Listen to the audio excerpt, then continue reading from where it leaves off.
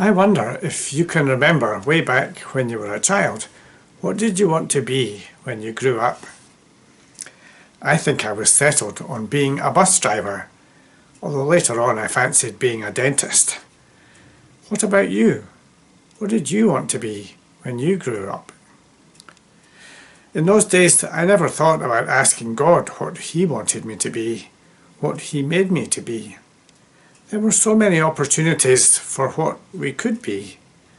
The role of school teacher was perhaps the easiest to see, since we saw them working every day as they taught our classes. But that seemed far too hard for me. It was hard enough being a pupil, never mind being a teacher. To me, a bus driver seemed the perfect job, and the buses were big, red and shiny. All you had to do was drive the predefined route and stop at the bus stops to let people on and off. How hard could it be? It never occurred to me to consider how I could live my life the way Jesus lived His life. First of all, He was God. He was perfect.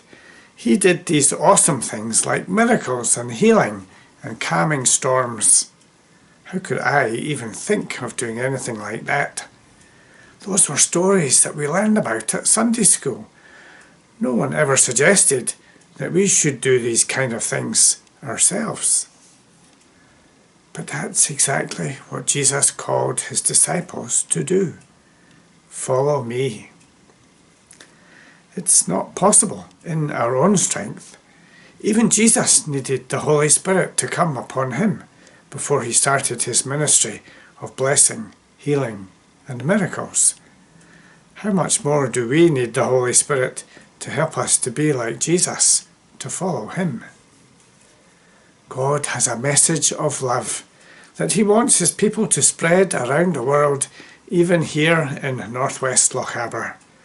It is our task to show that love by what we say, by how we live, by how we help those who we can help in God's strength. Jesus said, "Come, follow me."